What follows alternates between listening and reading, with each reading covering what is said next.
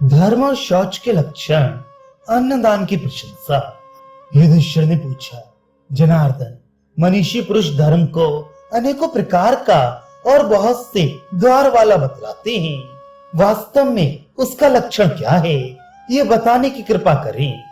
भगवान ने कहा, राजन, तुम धर्म और शौच की विधि का क्रम संक्षेप से सुनो।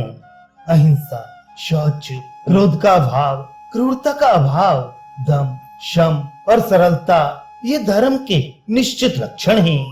ब्रह्मचर्य, तपस्या, क्षमा, मधुमास का त्याग, धर्म मर्यादा के भीतर रहना और मन को वश में रखना, ये सब शौच अर्थात पवित्रता के लक्षण हैं। मनुष्य को चाहिए कि वह बचपन में विद्या अध्ययन करे, युवावस्था होने पर स्त्री के साथ विवाह करे और बुढ़ापे में मुनि वृत्ति का आश्रय ले, किंतु धर्म का आचरण सदा सब अवस्थाओं में करता रहे। ब्राह्मण का अपमान ना करे, गुरुजनों की निंदा ना करे और सन्यासी महात्माओं के अनुकूल बर्ताव करे। ये सनातन धर्म है। सन्यासी ब्राह्मणों का गुरु है, ब्राह्मण चारों वर्णों का गुरु है, पति अपनी स्त्री का गुरु है और राजा सबका गुरु है। यदि सन्यासी गृहस्थ के घर एक रात भी ठहर जाए तो वह उसके द्वारा जानबूझकर या अनजान में किए हुए समस्त पापों को भस्म कर डालता है। सन्यासी एक दंड धारण करने वाला हो या 3 दंड, बड़ी बड़ी जटाएं रखता हो या माथा मुड़ाए रखता हो अथवा गेरुआ वस्त्र पहनने वाला हो, उसकी पूजा ही करनी चाहिए। यदि गृहस्थ पुरुष सन्यासी और अतिथि की पूजा नहीं करते अथवा उनका अपमान करते हैं तो वे उन गृहस्थों को नरक में डालते हैं। इसलिए जो परलोक में अपना कल्याण चाहते हो, उन पुरुषों को उचित है कि वे मुझ में समस्त कर्मों को अर्पण करने वाले मेरे शरणागत भक्तों की यत्न पूर्वक पूजा करें। ब्राह्मणों पर हाथ ना छोड़े, गाय को कभी ना मारे। जो इन दोनों पर प्रहार करता है उसे भ्रूण हत्या के समान पाप लगता है। अग्नि को मुंह से ना फूके, पैरों को आग पर ना तपाए और आग को पैर से ना कुचले तथा पीठ की ओर से अग्नि का सेवन ना करे।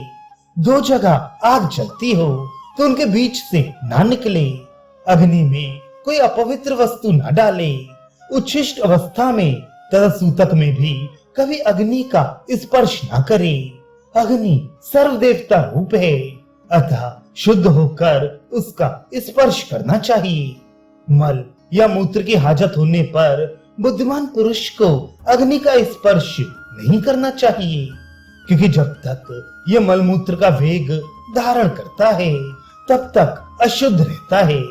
भोजन बनाने के लिए दूसरे के घर से कभी आग नहीं लानी चाहिए, क्योंकि उस आग से तैयार हुए अन्न के द्वारा मनुष्य जो कुछ भी शुभ कर्म करता है उसके पुण्य का आधा भाग उस आग देने वाले को ही मिलता है। इसलिए अपने घर की आग कभी बुझने नहीं देनी चाहिए। यदि असावधानी से अथवा अनजान में घर की आग शांत हो जाए तो पुनः अग्नि काष्ठ का मंथन करके अग्नि प्रकट करनी चाहिए अथवा किसी श्रोत्रिय ब्राह्मण के घर से मांग लानी चाहिए। युधिष्ठिर ने पूछा, जनार्दन, जिनको दान देने से महान फल की प्राप्ति होती है वे साधु ब्राह्मण कैसे होते हैं? भगवान ने कहा, राजन, जो क्रोध न करने वाले, सत्यवादी, सदा धर्म में लगे रहने वाले और जितेंद्रिय हों, वे ही साधु ब्राह्मण हैं तथा उन्हीं को दान देने से महान फल की प्राप्ति होती है। जो अभिमान शून्य, सब कुछ सहने वाले, शास्त्रीय अर्थ के ज्ञाता, इंद्रिय जयी, संपूर्ण प्राणियों के हितकारी, सबके साथ मैत्री का भाव रखने वाले, निर्लोभ, पवित्र, विद्वान, संकोची, सत्यवादी और सधर्म परायण हो, उनको दिया हुआ दान महान फल की प्राप्ति कराने वाला होता है। जो प्रतिदिन अंगों सहित 4 वेदों का स्वाध्याय करता हो और जिसके उदर में शूद्र का अन्न ना पड़ा हो, उसको ऋषियों ने दान का उत्तम पात्र माना है। युधिष्ठिर, यदि शुद्ध बुद्धि, शास्त्रीय ज्ञान सदाचार और उत्तम शील से युक्त एक ब्राह्मण भी दान ग्रहण कर ले तो वे दाता के समस्त कुल का उद्धार कर देता है। ऐसे ब्राह्मण को गाय, घोड़ा, अन्न और धन देना चाहिए। सत्पुरुषों द्वारा सम्मानित किसी गुणवान ब्राह्मण का नाम सुनकर उसे दूर से भी बुलाना और प्रयत्न पूर्वक उसका सत्कार तथा पूजन करना चाहिए। युधिष्ठिर ने कहा, देवेश्वर, धर्म और अधर्म के इस विधि का भीष्म जी ने विस्तार के साथ वर्णन किया था। आप उनके वचनों में से सारभूत धर्म छांट कर बतलाइए। भगवान ने कहा, राजन, समस्त चराचर जगत अन्न के ही आधार पर टिका हुआ है। अन्न से प्राण की उत्पत्ति होती है, ये बात प्रत्यक्ष है। अतः अपना कल्याण चाहने वाले पुरुष को देश और काल का विचार करके भिक्षुक को अवश्य अन्नदान करना चाहिए। ब्राह्मण बालक हो अथवा बूढ़ा, यदि वे रास्ते का थका मांदा घर पर आ जाए तो गृहस्थ पुरुष को बड़ी प्रसन्नता के साथ गुरु की भांति उसकी पूजा करनी चाहिए। परलोक में कल्याण की प्राप्ति के लिए अपने प्रकट हुए क्रोध को भी रोककर मत्सरता का त्याग करके सुशीलता और प्रसन्नता पूर्वक अतिथि की पूजा करनी चाहिए। गृहस्थ पुरुष कभी अतिथि का अनादर न करे, उससे झूठी बात न कहे तथा उसके गोत्र, शाखा और अध्ययन के विषय में भी कभी प्रश्न न करे। भोजन के समय पर चांडाल, ये शपाक अर्थात महाचांडाल भी घर पर आ जाए तो परलोक में हित चाहने वाले गृहस्थ को अन्न के द्वारा उसका सत्कार करना चाहिए। जो किसी भिक्षुक के भय से अपने घर का दरवाजा बंद करके खुशी खुशी भोजन करता है, उसने मानो अपने लिए स्वर्ग का दरवाजा बंद कर दिया है। जो देवताओं, पितरों, ऋषियों, ब्राह्मणों, अतिथियों और निराश्रय मनुष्यों को अन्न से तृप्त करता है, उसको महान पुण्य फल की प्राप्ति होती है।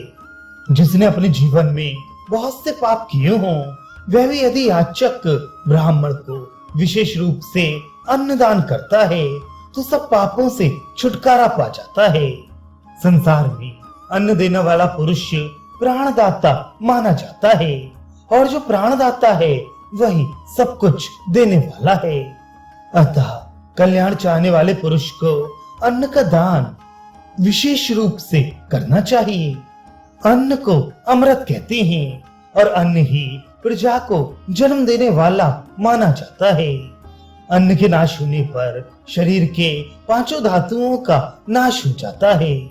बलवान पुरुष भी यदि अन्न का त्याग कर दे तो उसका बल नष्ट हो जाता है। इसलिए श्रद्धा से हो या अश्रद्धा से अधिक चेष्टा करके अन्नदान देना चाहिए। सूर्य अपनी किरणों से पृथ्वी का सारा रस खींचते हैं और हवा उसे लेकर बादलों में स्थापित कर देती है। बादलों में पड़े हुए उस रस को इंद्र पुनः इस पृथ्वी पर बरसाते हैं। उससे आप्लावित होकर पृथ्वी तृप्त होती है और उसमें से अन्न के पौधे उगते हैं जिनसे संपूर्ण प्रजा का जीवन निर्वाह होता है। इस प्रकार सूर्य, वायु, मेघ और इंद्र ये एक ही समुदाय के अंतर्गत हैं जिनमें संपूर्ण भूतों का प्रादुर्भाव हुआ है। आकाश में इन महात्माओं के अनेकों दिव्य भवन हैं जो भिन्न भिन्न प्रकार से बने हुए और पृथक पृथक भूमि पर स्थित हैं। उनमें से किसी का चंद्रमंडल के समान श्वेत रंग है और किसी का उदयकालीन सूर्य के समान लाल। उन लोकों में स्थावर और जंगम सभी तरह के प्राणी निवास करते हैं। अन्नदाताओं को वे ही लोक प्राप्त होते हैं, इसलिए सदा अन्नदान करते रहना चाहिए।